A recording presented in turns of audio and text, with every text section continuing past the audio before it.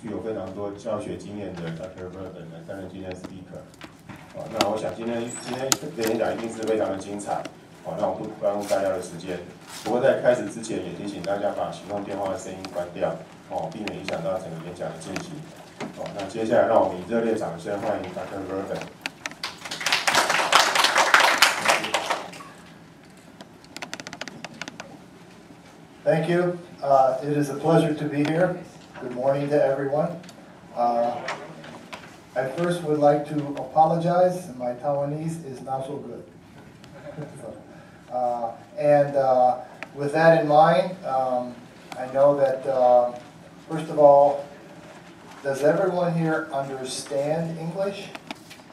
Everybody understands English? Good. Perhaps you understand English, but maybe you don't speak English so well, just like I do not speak Taiwanese.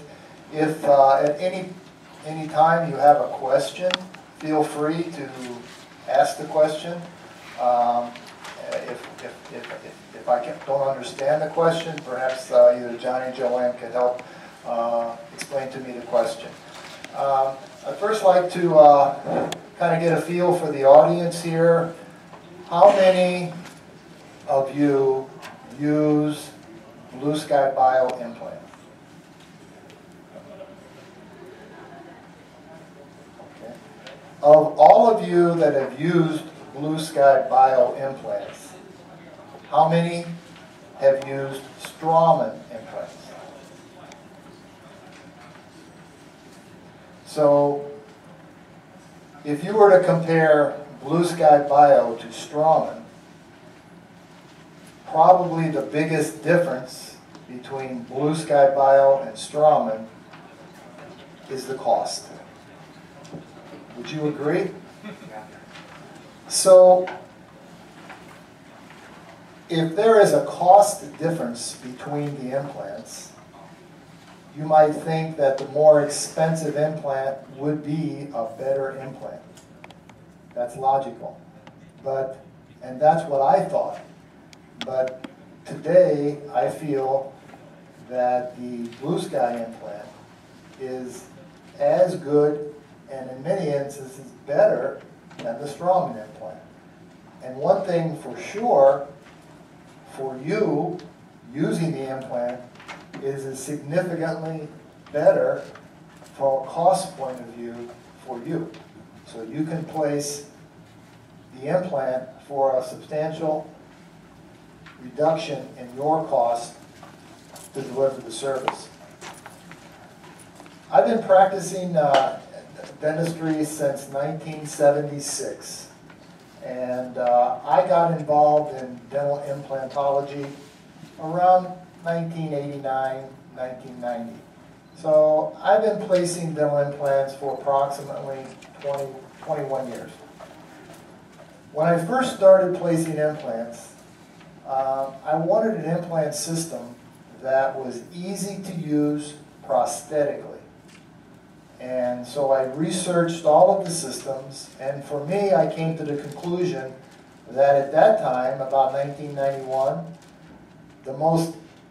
the easiest prosthetic implant to use was the Straumann implant. And so I started using the Straumann implant and used the Straumann implant exclusively, no other implant, from 1991 until about the year 2003. And in 2003, I became introduced to the blueskybio implant. And I had developed a surgical product that I wanted to share with Straumann, but Straumann was not interested in my product. I had actually two different products, because Straumann, I felt, was a very elitist company, and if the idea did not come from Switzerland, they didn't think that it was a good idea. So I was introduced to Albert Zickman, one of the co-owners of blueskybio, and he liked my product and thought it had some merit, and he was going to utilize my product with the Blue Sky implant. And I was visiting him in his office in Chicago. And I was very reluctant to place a Blue Sky implant. Very reluctant. Because I was very reluctant because I couldn't understand how an implant could sell for $95 when I was paying $350 for the Straumann. It did not make sense to me. So I thought, there must be something that's not so good with this implant if they're going to sell it for so cheap. And Albert explained to me that at least in the United States, the business model that they had was everything was internet-based. Not like here, because in the United States, I can go to the computer and order my implants over the internet. And because they sell the implant over the internet, they didn't have a sales force like Radiant does, so they could offer a substantial less cost for the implant. So when I was visiting Albert, he opened his drawer and he pulled out 2 little packets and he gave me 2 implants, 4.1 by 10 millimeter implants. And he goes, here, take this, try it, you'll see. It works just as good as a Straumann implant. I don't know, I didn't think so.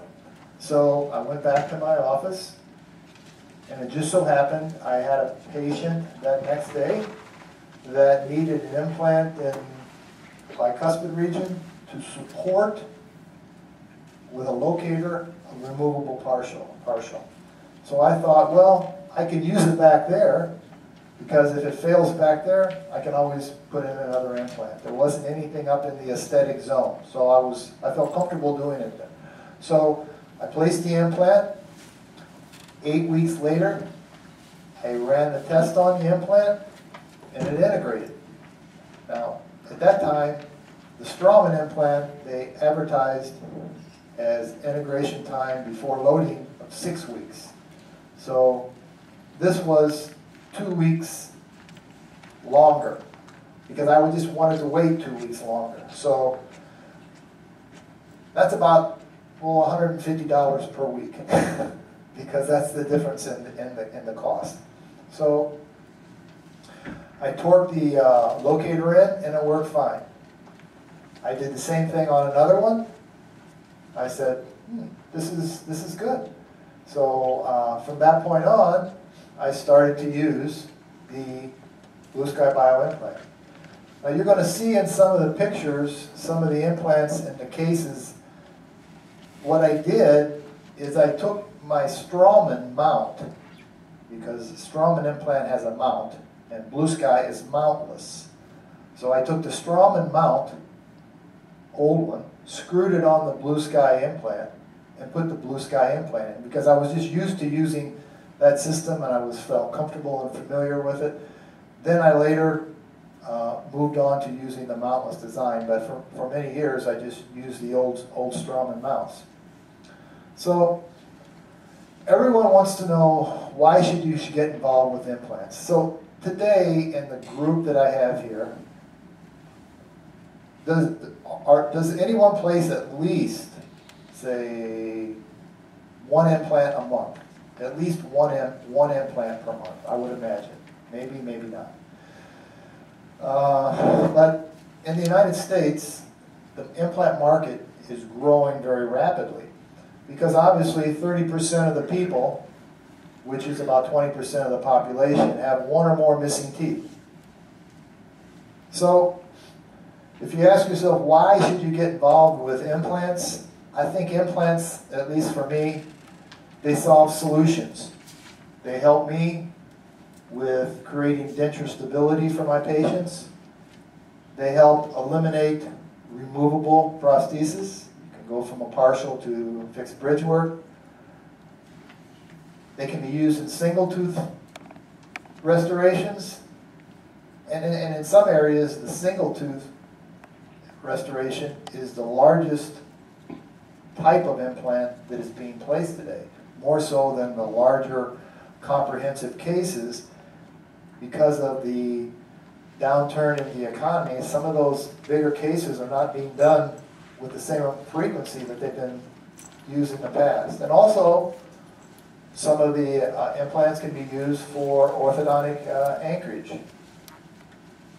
So, just bear with me as I go through this background, because I think that the background is important. So we have goals for implant dentistry. And the primary objective in implant dentistry, obviously, is a successful outcome. And we want to have a successful outcome with a limited failure rate, a high level of predictability. And before I go any further, if anyone wants to have the presentation on a PDF form, I gave the presentation to Johnny in a PDF form. He'll be more than happy to share that with you. So for all of the slides and everything that you see, you're able to have it in a PDF form. And we want a low risk for complication.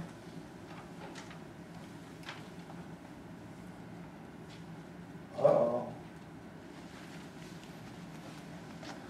The secondary objective, we want high level of predictability, we want low risk, very predictable. And the second is we want to do the least number of surgical procedures. And if we do it with the least number of surgical procedures, we want to have a low morbidity. The shorter the healing time, the better off. Because everybody wants to have the implant placed today and be done. Everybody is so impatient, especially in the United States. Everyone is extremely impatient and wants everything done yesterday. So, with those two primary goals, the objective is to have successful integration in a best prosthetic position. So the implant is placed in a prosthetic position that allows you easily to restore the implant to create a tooth that looks like it's growing out of the gum. And we want the implants to be totally embedded in healthy bone, whether you have to do grafting before placement or do grafting in conjunction with placement. The implant has to be embedded in bone. And the implant has to be surrounded by healthy keratinized tissue. So in the States, 50% of the implants today that are placed, greater than 50%, have some grafting procedures done in conjunction with the placement of the implant. And we have reduced healing and treatment periods, and we have shorter treatment times, and there's a growing amount of interest in immediate placement and early loading.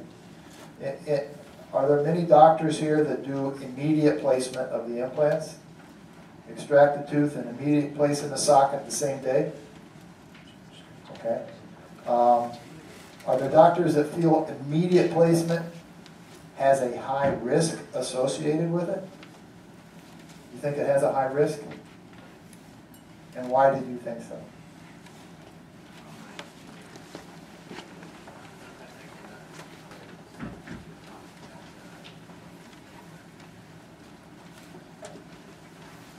That's a problem, predicting the soft tissue height after placement, depending upon whether or not the tissue is highly inflamed before you start. But hopefully I'll be able to share with you a way to make that more predictable as far as the outcome is concerned. So we all know the results of tooth extraction. We lose alveolar bone. And in my conversations with Johnny here, he informed me that Asian population has poor bone. Is that true? Compared to the population in the United States. The ridges are wider and the bone is denser, and there seems to be more available bone than the general Asian population, especially in the premaxilla area where you have more of a convexity up in the vestibule as far as the population. So you can lose, depending upon what study you read, anywhere from 40 to 60% of the height, and you also lose vertical bone, and you lose soft tissue. And that can be one of the reasons why the soft tissue level is not predictable, because of the amount of bone loss associated that can occur in conjunction with immediate placement of the implant. And I mean, if you're starting with a narrow ridge to begin with, and then you extract the tooth, and you already have a narrow ridge to begin with, and if you would lose 2 to 2.5 millimeters of horizontal bone, then when you go back to place an implant, that creates a problem. So in many instances, in order to give the patients an opportunity for implant placement in the future, the trend is to do a soft tissue preservation. Do people here do soft tissue preservation, grafting in conjunction with the extraction of the implant? I know that there are different amounts, by law, there's different amounts of types of grafting materials that can be used here in Taiwan as opposed to what we can use in the United States. We can use processed human bone, cadaver bone, and I don't think you can use cadaver bone here in Taiwan. And so with the loss of bone, you can compromise the position for the placement of the implant. And so we all know what happens when you lose teeth. The ridge resorbs. And when that ridge resorbs here, then you lose the support for the soft tissue profile. And once that support from the soft tissue profile is lost, it becomes a prosthetic difficulty in order to try to reestablish how a patient wants to look without having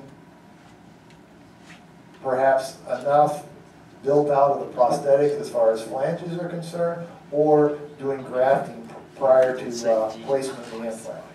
So when we get involved in the implant, we have a lot of questions.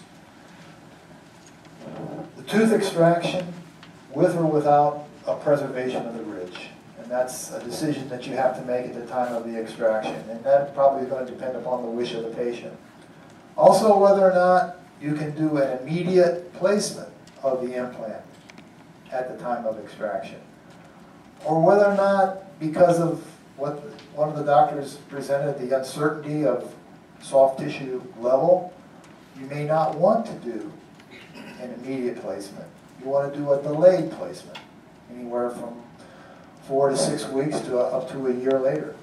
And then when you get the tooth extracted, whether or not that site that you want to place the implant in, whether or not that site has to be developed, whether or not that site can be developed at the time of placement, or whether or not it needs to be developed first and then the implant placed. So there is this SAC classification for implant surgery, which is simple, advanced, and complex.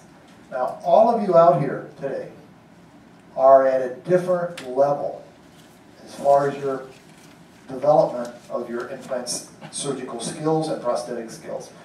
So for me, it's difficult sometimes to speak to everyone's level all at the same time. So if some of you are more advanced and I'm presenting this at too simple terms, please forgive me, because it's very difficult to give the presentation to satisfy the education level of all the people that are in the room. So all of us probably, at least I did, I started placing the simple implants first, because placing the simple implants first built my confidence. After I developed confidence, I went to the more advanced cases. And so as you climb that ladder with your surgical skills and with your ability to diagnose and to treat the conditions you're presented with, you will eventually perhaps want to get involved in the complex cases. Now, for many of you, you may not even want to get involved with the complex cases. You may say, I don't want to do that. I just want to do the simple, single tooth, straightforward, boom, boom, boom, done types of cases. Everyone would like to do those cases because I think for me, the simple case, I would rather do 50 simple cases than 10 complex cases. I mean, for my ego, yeah, the complex case makes me feel good, but it's so much more work. So for the first part of the presentation, later on, I want to show you the cases that are basically straightforward, simple, that I feel with the Blue Sky implant, all of you should be able to do. So we need to make the determination whether or not we're going to do it immediate, delayed, or late. And later this afternoon, we'll talk about the prosthetic management with fixed restorations in different areas. We're going to talk about the single tooth implant. And I'm going to show cases of in the aesthetic zone, multiple cases in the aesthetic zone, and single replacements in a non-appearance zone. So basically the single restorations in the posterior area are the easiest cases to get started with, and then they can be the most predictable. So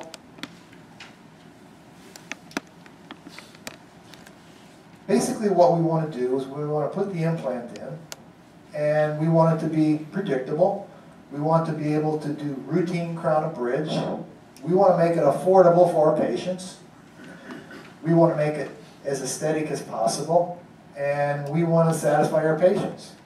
And I truly feel that if you have to spend $350 for an implant, like I do in the States, and if you can put one in and it works the same and only spend $95, who would not want to use the implant for $95? The reason you might not want to use the implant for $95 is because you might say, but doctor, does that have the long-term success rate that the Straumann implant has? And that can only be backed by research.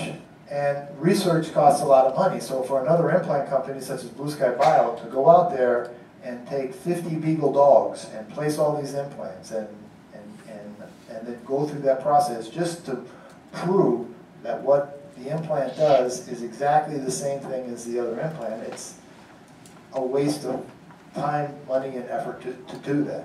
So basically we want to think of the implant as just an extension of the bone, of the root coming out of the tissue. So this would be an example here of a single tooth implant. This is a single tooth implant restored that was done after the tooth was extracted. There was a perforation of the buccal plate due to an abscess, so it had to be grafted with bone and a membrane, allowed to heal, then the implant was placed. But you can see here that this looks like a tooth growing out of the gum. But because of the loss of bone, you can see that the length of this tooth here is a little bit longer than this one, than say this one. But sometimes you can't impose ideal standards on situations that are not ideal to begin with. So I think that the Blue Sky implant is reliable, it's simple, and it's very, very versatile. And the reason it's versatile is because of the connection. And the connection, it's a synocta connection. So there's all different kind of connections. There's a synocta, which means it has 8 sides to it. There's a hex that has 6. There's a trilobe that has 3. So there's all different types of connections, and all these different types of connections have their advantages and they have their disadvantages. There was an implant, the ankylose implant, that at one time did not have any way to go from the model back to the mouth because it wasn't what you call timed. So now I think that implant, because of its popularity, they've come out with a way that they can transfer from the model back to the mouth.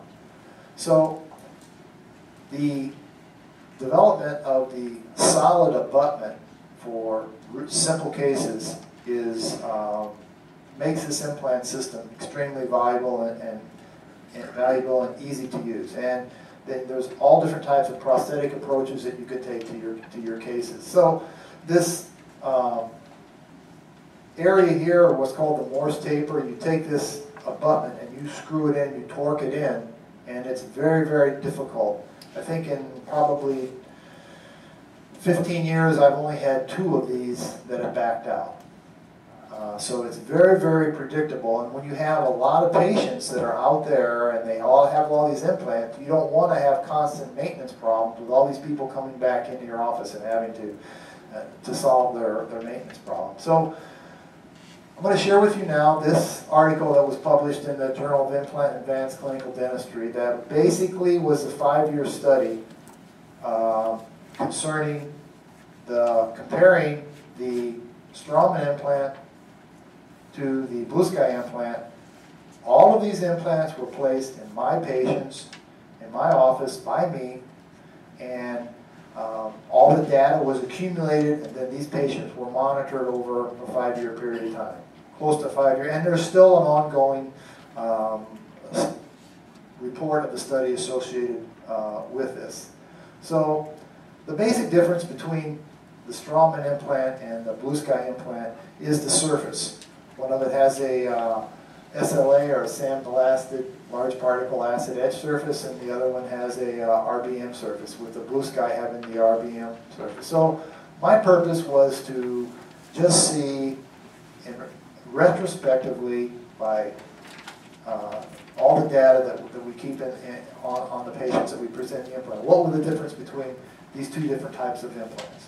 So every time a person has an implant placed in my office, I have an Excel spreadsheet at the person's name, the position of the implant, the size of the implant, the date of the implant, and then I also have when we torque the abutment in. Was it 8 weeks? Was it 9 weeks? Was it 10 weeks? Or did we not torque the abutment in? Because there were a few patients that kind of got lost in the system. So I'm not going to bore you with all of the different types of numbers, but in the study you can see the cross-section of the different types of implants, the sizes and the locations of them.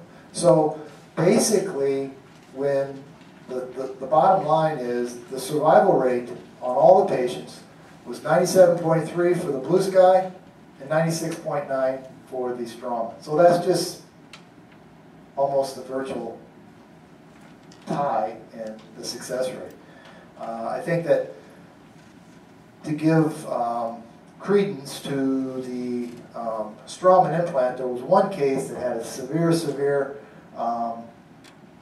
atrophied mandible, and I used 2 implants that were only 6 millimeters long on the Straumann, 4.1 by 6. And I just think that her habit with her tongue on the implant put force on it, caused the 2 implants to fail. So 2 of the implants that failed for the Straumann were in this shorter 6 millimeter implants in the lower mandible. And so basically there was no statistical difference between the implants. So there was 247 implants, and we had a total of 7 failures, and the survival rates concerning the implants were the same. So the first case I want to show you is a patient that came into my office that had a root canal tooth fractured off, non-restorable, tooth number 7. She also had 4 root canal teeth, all 4 incisors, and the number 10, the opposite side, had a mobility to it.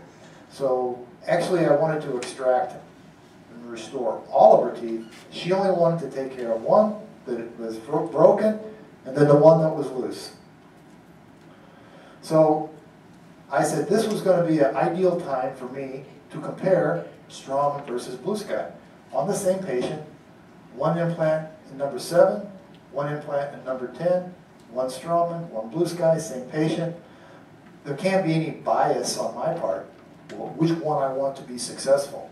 In fact, I want all my implants to be successful because every patient that comes in is paying me money for it. So I look bad if I don't have a successful result. So we did 2 immediate placements, 7 and 10, They were placed the same day, and we followed them for 5 years. So this is the patient, and you can see she had endo all the way across. This one was broken off here. This is the blue sky. Here is the Straumann. These two here are still functioning 5 years down the road, and every time she comes in, she says, "See, doctor, I'm glad I didn't have you do this one because it's still working. You didn't need to do that one." So what I did is I extracted the teeth, immediately placed the implants, and since I could achieve good stability with the implant, 35 Newton centimeters of insertion torque, I placed a solid abutment in each one. She was a very, very vain woman who did not want to wear removable, and she didn't want to go without any teeth. So I then made her a temporary to wear, so she left the office with a temporary that same day.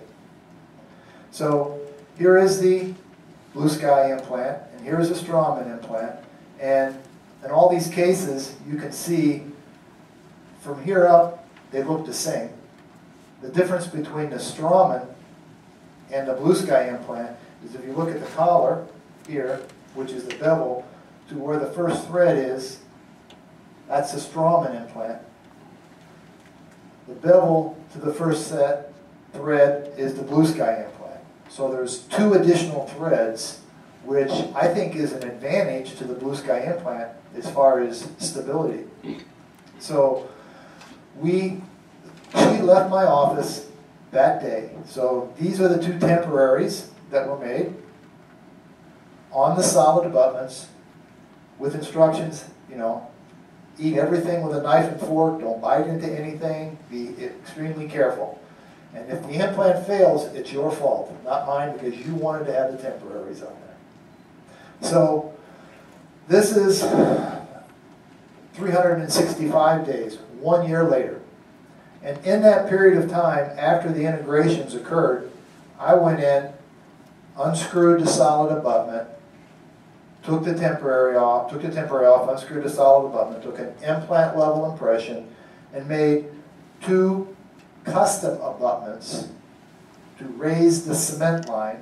These look like they're not fitting, but these are custom abutments, and so we raise the cement line to cement the final crown. So that's what she looked like 1 year later, and 5 years later, this is the case.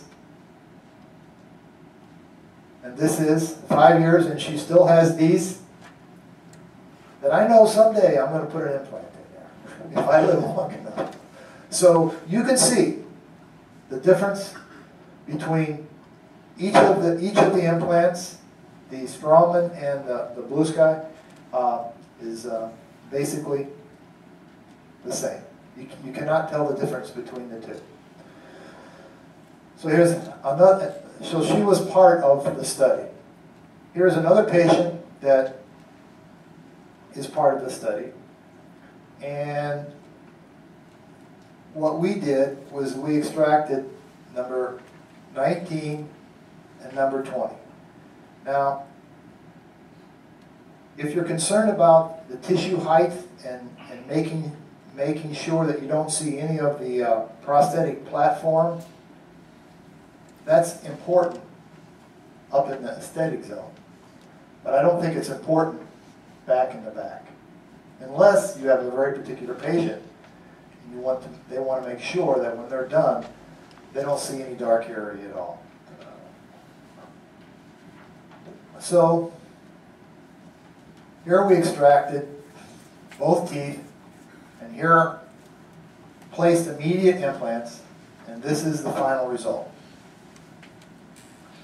This particular implant here is a regular neck implant, 4.1 with a 4.8 platform. And this is the wide neck implant, which is a 4.8 implant, and the platform is 6.5. And it's much easier to prosthetically create a molar looking tooth on the wide neck implant.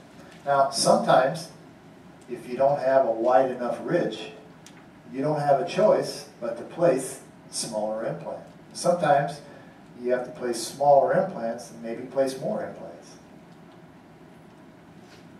So this was day one of the surgery where we extracted the tooth. The placement of the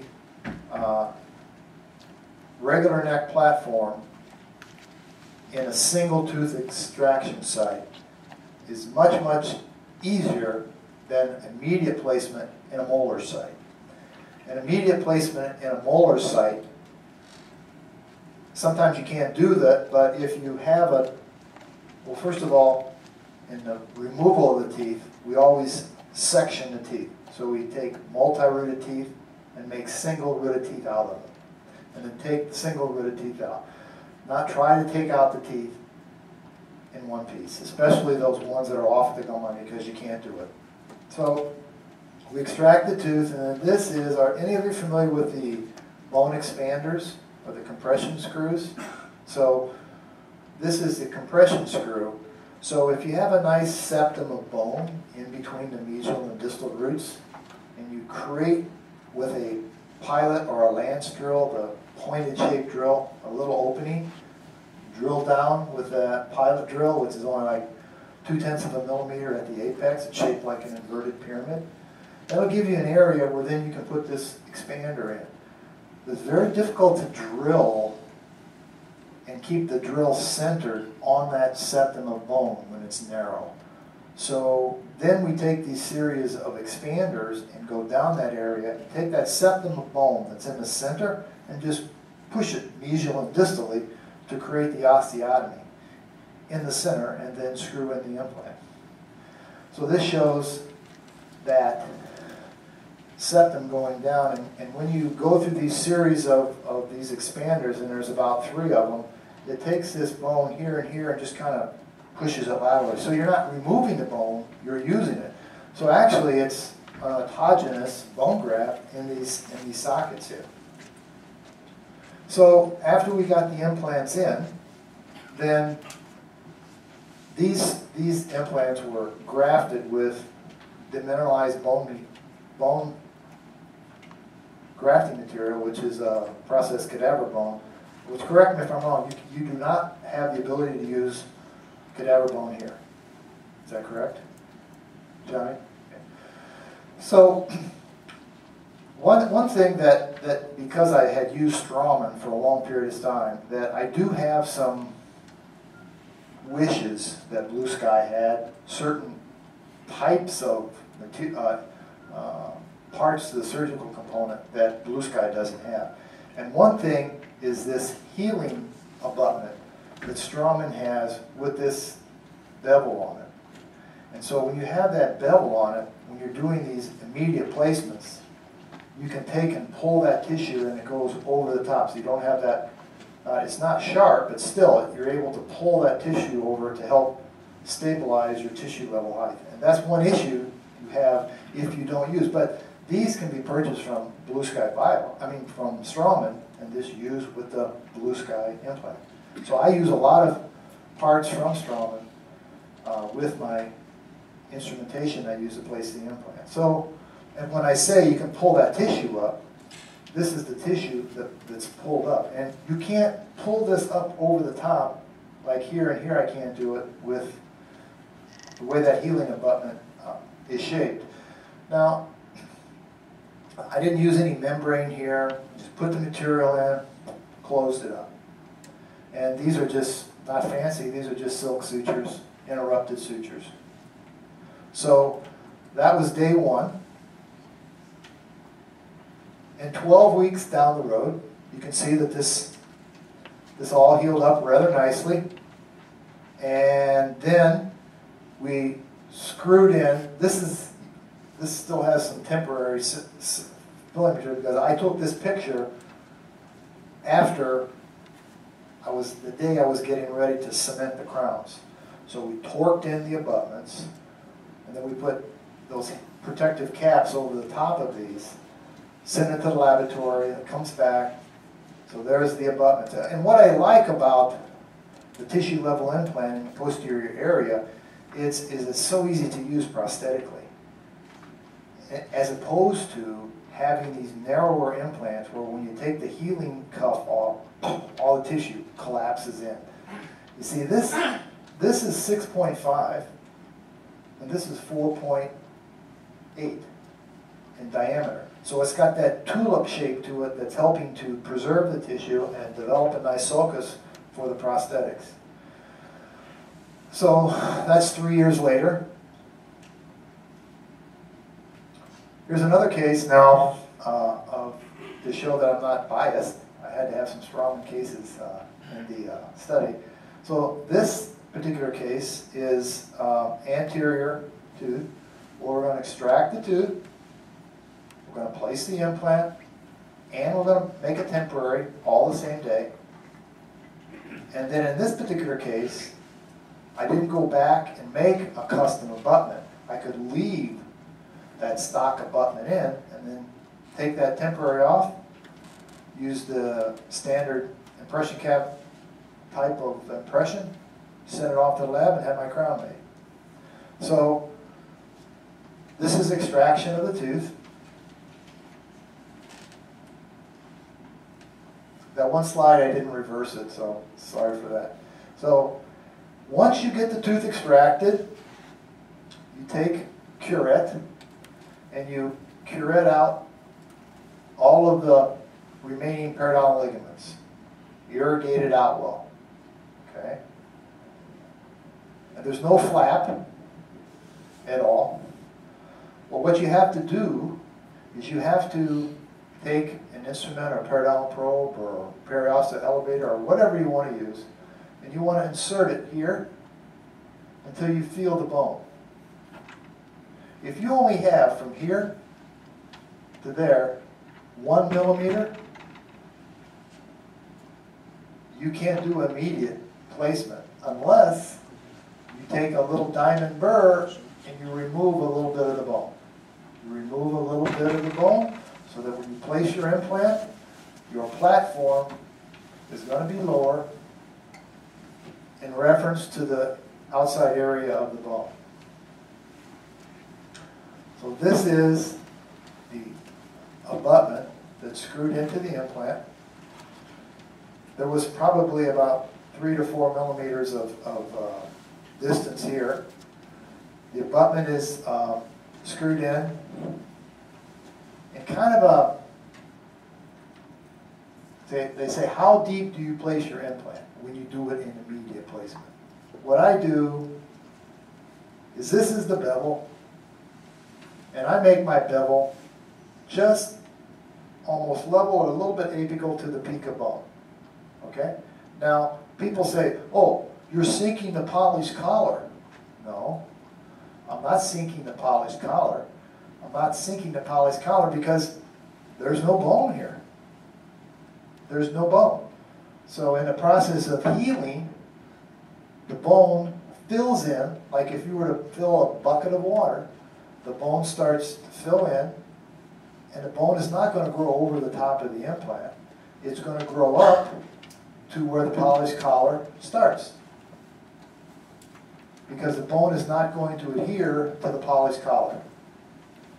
So there is an instrument that I developed that allows me to make that determination of what size, length, and where I want to place my platform. So when she walked out of the office that day, this is how she walked out. And then this is her final restoration. And this is probably three years later. So there are more cases now, and later this afternoon I'll get back into the immediate placement and how to specifically do that, kind of like in a step-by-step process. But I think that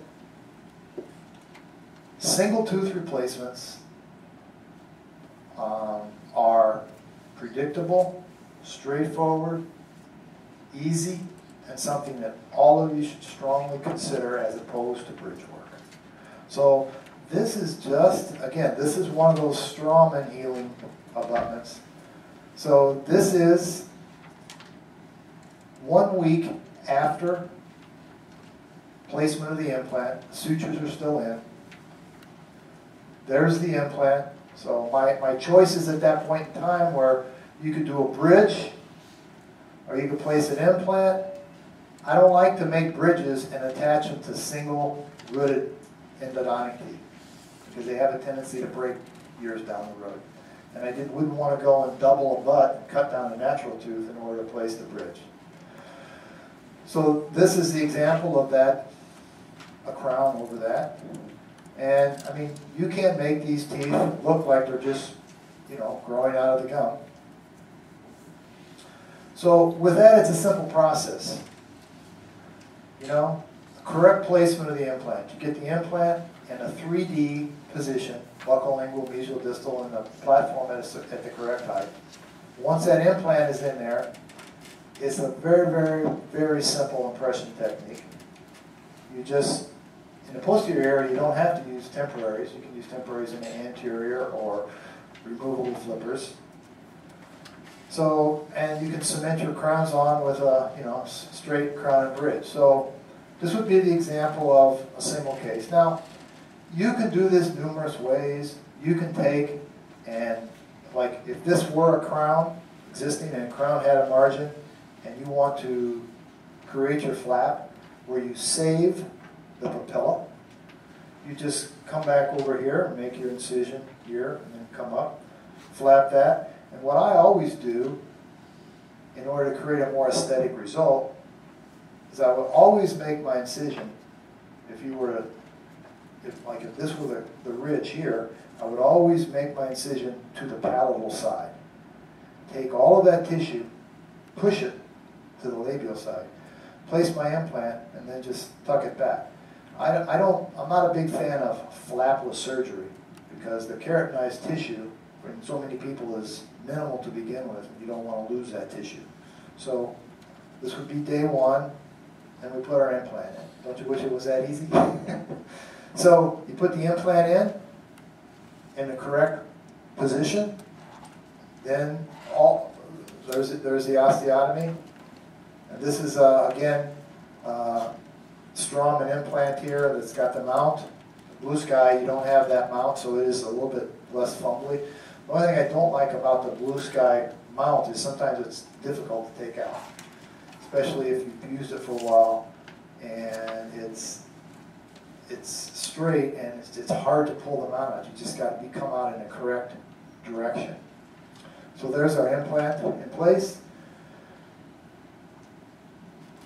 This is a product that, I don't think Blue Sky's got this product here. This is Straumann. This is a try-in abutment.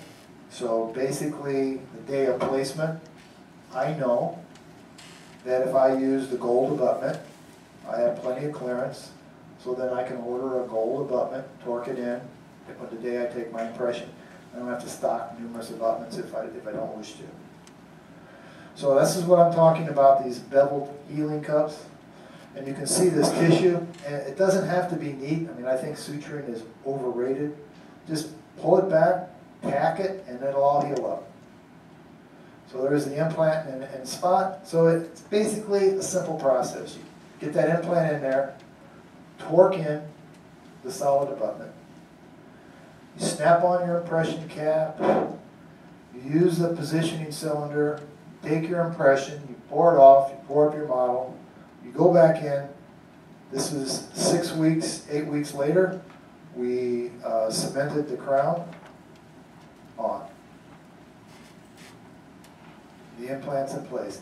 And so the single posterior restoration is very, very straightforward and I think it's very predictable. And it's not a lot of, it's definitely not a high-risk procedure to do. So this would be an example of another one. There's an implant here around this tooth. There's one here. One thing about implants, if your crowns don't fit, like this, some marginal discrepancy there, you don't have that problem with the implants because they're not going to decay. The metal doesn't decay. So you're safe in that respect. So,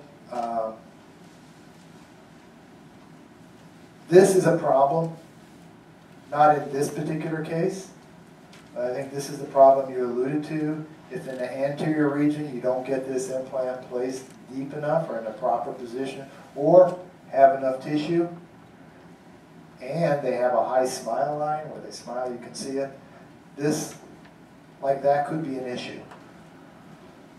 But the difference is, with these tissue level implants, conceptually, the margin of your crown is on the implant. The margin of your crown is not on the abutment. It's on the implant. Unless the implant is extremely deep and you want to make a custom abutment to raise up the margin of the crown so that you can cement it. Because if you're doing a cement retained crown, you can't get subgingival 4 millimeters and clean out all the cement. I don't like to use screws. I like to keep things as simple as possible. Put it in and you're done with it. I don't want to have to do anything else to it. Screws have a tendency to loosen and back out sometimes, and I would prefer not to deal with that. And again, cement your bridge work. So, with that said, is there anyone here that has any questions at all? And please don't feel as if you don't want to ask a question because of your English, please.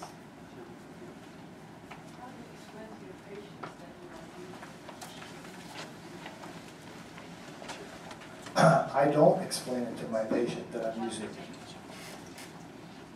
I have a fee for implants. And my fee to surgically place the implant, $1,300 US dollars. And I don't tell them that it's a cheaper implant. Because according to my philosophy, more expensive is not always better. And if Straumann does a lot of advertising, they have huge sales force. If you ever go to a meeting, they're the ones that's got the big banners, and they have a different pricing structure. And since I did the retrospective study, I don't feel as if I'm doing my patients a disservice at all. Now, I could say to my patient, would you like to, I can put 2 implants in for you. One implant, $1,300, the other implant, $1,700. Which one would you prefer? Well, doctor, do they both work? Yes. Which one would you put in your mouth? In my mouth, I put the $1,300, the cheaper implant in my mouth, because I know it works. So based on that, I don't have any, I don't feel as if that I have to explain to them. And to be honest, I don't have patients that ever ask me that question.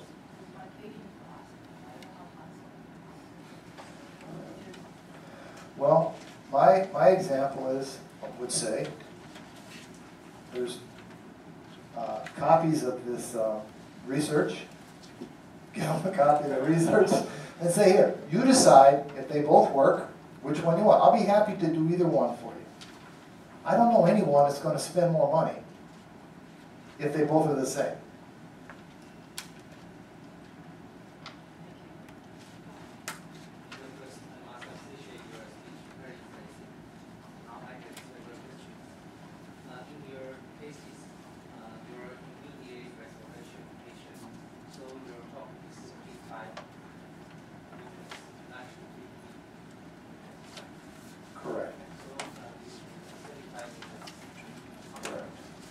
Also today, are you familiar with an instrument called the Mentor? That you screw it in and you can get you can, instead of the torque, it gives you the reading on the meter. I use that today, okay? Because you have to ask yourself, if you create an osteotomy 10 millimeters deep and you screwed the implant in 10 millimeters, how do you know that you got that much torque or that it's just not bottoming out? Okay? You don't know exactly what your torque level is. The Austell I use, and so it helps me in that respect. If I were to say my failures, and no one has a 100% success rate with implants. If they have a 100% success rate, they're lying to you. There are failures for a multitude of reasons. You can have a crack in the bone, you can have totally poor bone, you can have micro movement to the implant with maybe a tongue habit, or patients doesn't follow, and most patients don't follow your instructions to begin with. You know, so I think that the immediate placement rate is the same for me. The risk comes in when you do the immediate temporaries, because immediate temporaries on some people are going to be a problem. Okay, I mean, after 2-3 weeks, everything feels good, and all of a sudden they forget and they bite into something. And you know, when you place that implant, you have primary stability up to that is so great at the beginning, and then you get up to 4 weeks, and then it starts to go down as the bone starts to form around it. So there's that cross. So the highest risk is single tooth, anterior. Multiple units, and I'll show you some of those, where you splint them together, I'm not concerned about those at all. And those work well. The following question is, in your case, the immediate placement, your loading time after 12 weeks. So if you use Straumann or blueskybio, you wait immediate placement. You always wait 12 weeks, or shorter or longer? Well, I normally, in the past, just waited 12 weeks. Why did I wait 12 weeks? I don't know. I thought it was a good number. I don't know. It is 4 weeks longer than 8, right? So, but now with the Austell meter, I can take a reading at various times, and if I have a reading of 70 or more on the meter, I can load it. Now, everyone is different. Okay, we could all be in this room, and one person can have one drink and be like this, the other person can have 10 and be totally normal. So it all depends. So I use the 12 weeks, but I use the Austell Minter now, and some patients at 6 weeks they're over 70. I don't know why. It's just that they are. Okay. My point is that the RBM or SLA service treatment is the difference between these two implants. I want to, if we do some GBR or sinus augmentation, or use membrane to cover these two different implants. The loading time is something different between these two implants after operation. Yeah, in my experience, they're almost similar. I torqued a lot of abutments in at 6 weeks with the blueskybio implant, and a reading of over 70. Some you don't, but that's individual variation. So I would say that within 2-week period of time, to be safe, wait 2 weeks longer for the bluesky implant. But I don't think it's a necessity. If you have the Austell machine to do the readings, then perhaps you can totally go off of that. You know, I think that Straumann, the company itself, I think is feeling pressure because of these other implants that are coming on the market that are basically the same. All the parts are interconnected, they're all the same. And so for them, they have to stress the surface, the surface, the surface. Well, what's the difference between 6 weeks and 8 weeks? I mean, if you were to place, 50 implants, 50 times 350 is a significant amount of money. I mean, especially if your success rate is the same.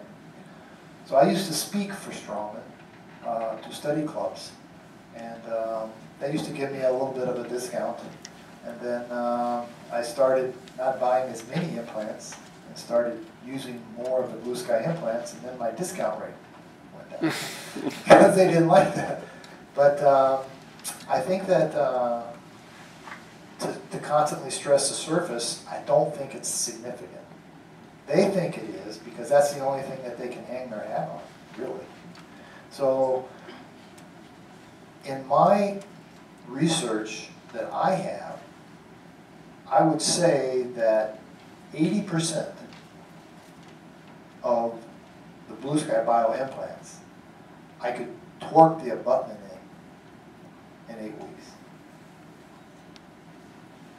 And sometimes the immediate extraction cases heal faster or have a higher ostel reading at 6 weeks than the delayed placements. And I think it's just an individual variation. Then it all depends upon whether or not you're in the mandible or in your maxilla. And then also it depends upon how you place your implants. When I place my implants in the posterior maxilla, I don't go through the same drilling sequence that I do in the mandible. I undersize the implant. Sometimes if I put a 4-1 implant in, I use 2-2, 2-8. I don't use the 3-5 drill.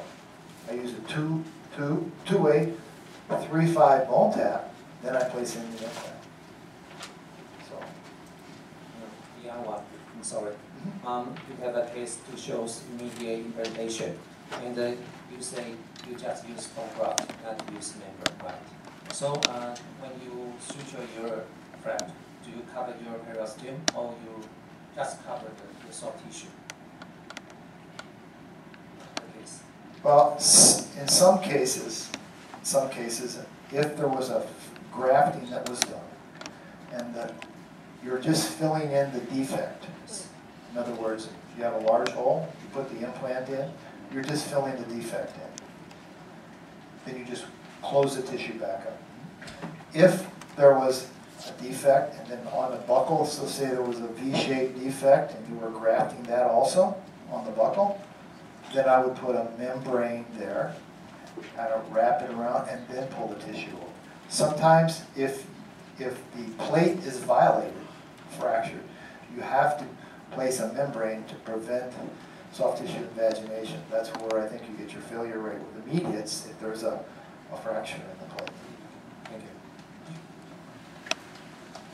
Any other questions?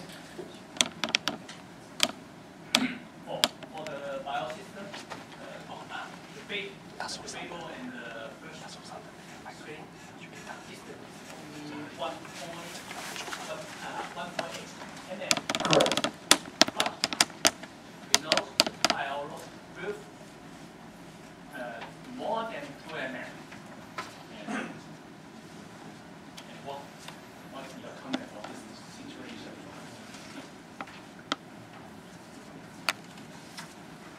I mean,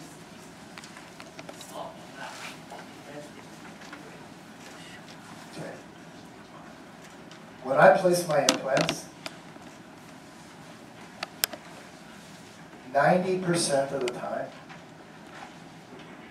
I will remove bone prior to placing the implant. I will take a round burr and create a little crater in the crest of the ridge. So if I create that little crater in the crest of the ridge, and then place my implant, I have more than 1.8 millimeters. I have over 2. Okay? So, I understand what you're saying. That's why I like the tissue level implant as opposed to the bone level implant. Because with the bone level implant, you have to either platform switch it, bring it up.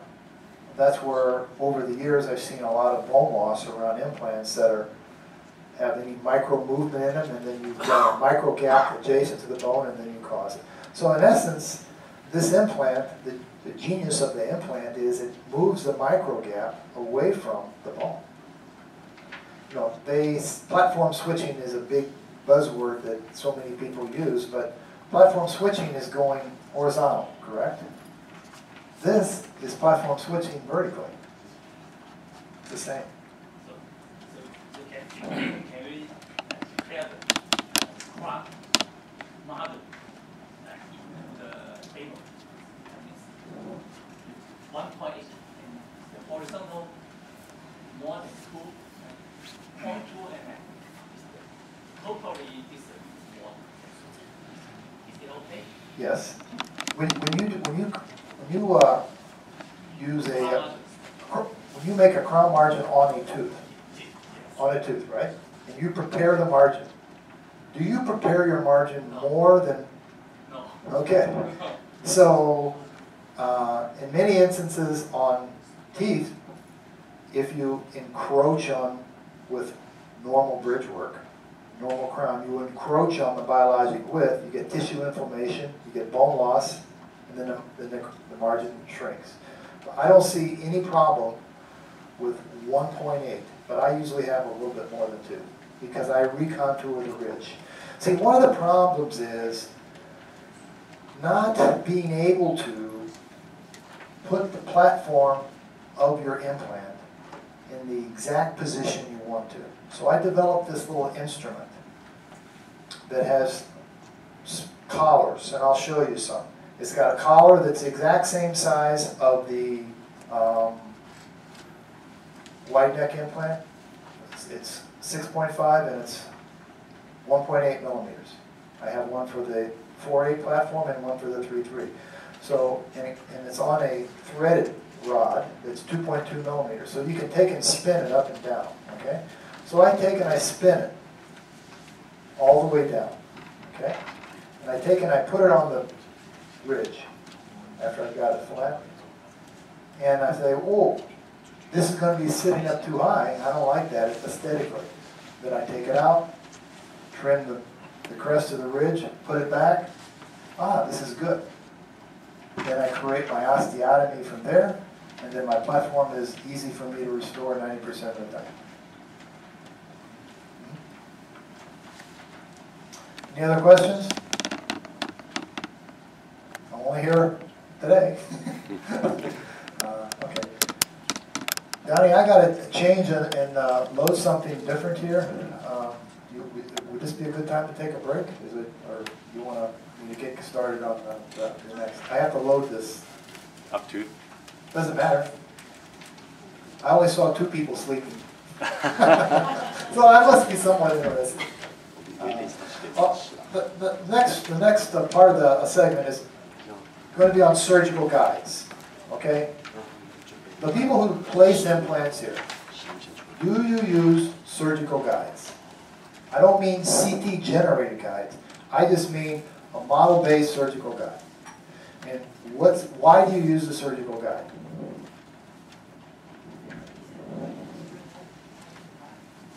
You follow the guide. And do you make your guide from the prosthetic evaluation workup, or just is it like a reference point for you as where to drill? Like you could drill here, you could drill here, or you could drill here. Right? So your surgical guide gives you the horizontal position of where you want to drill. Correct? Okay. So you can make the guide very, very simple, just for a horizontal position, or you can make the guide a little bit more involved, where also the guide can control your trajectory. So you are drilling down at the angle you want to go to consistently. And also, like with surgical guides, they're excellent in allowing you to keep your implants spaced. And what happens sometimes is if you're doing 2 implants side by side, you start with one, and then you go to place a second, and all of a sudden you notice, oh, I'm too close. How did I get too close? I didn't plan on getting too close, but you end up getting too close.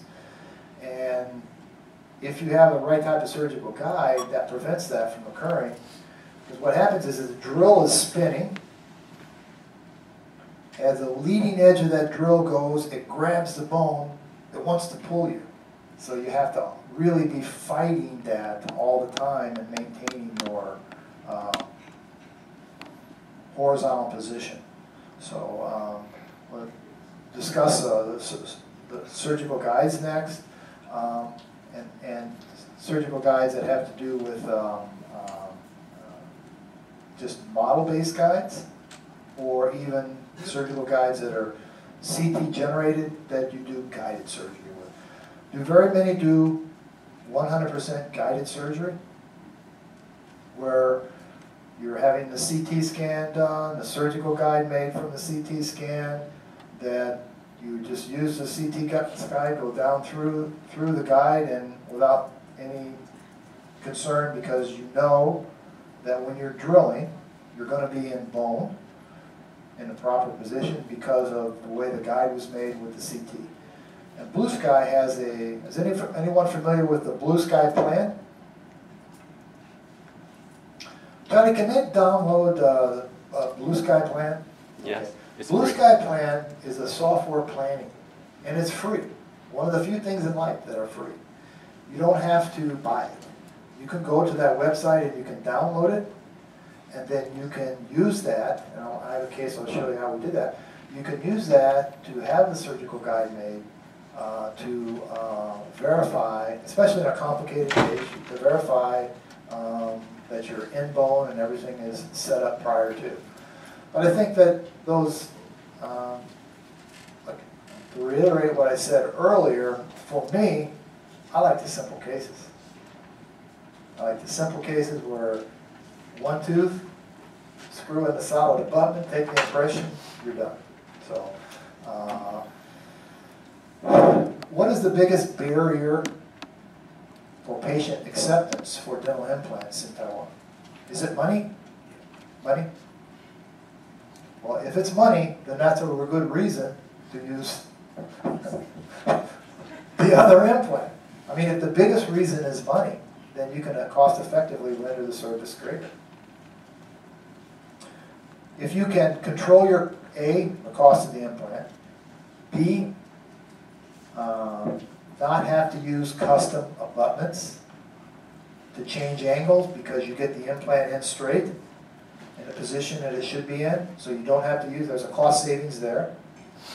And then there's a cost savings in just being able to do routine crown and bridge.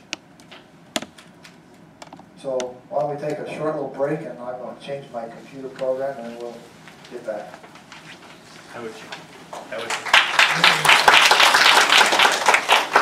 Is that okay? Is it okay? Yeah, it's okay. I didn't know if you didn't have 20 minutes. Huh?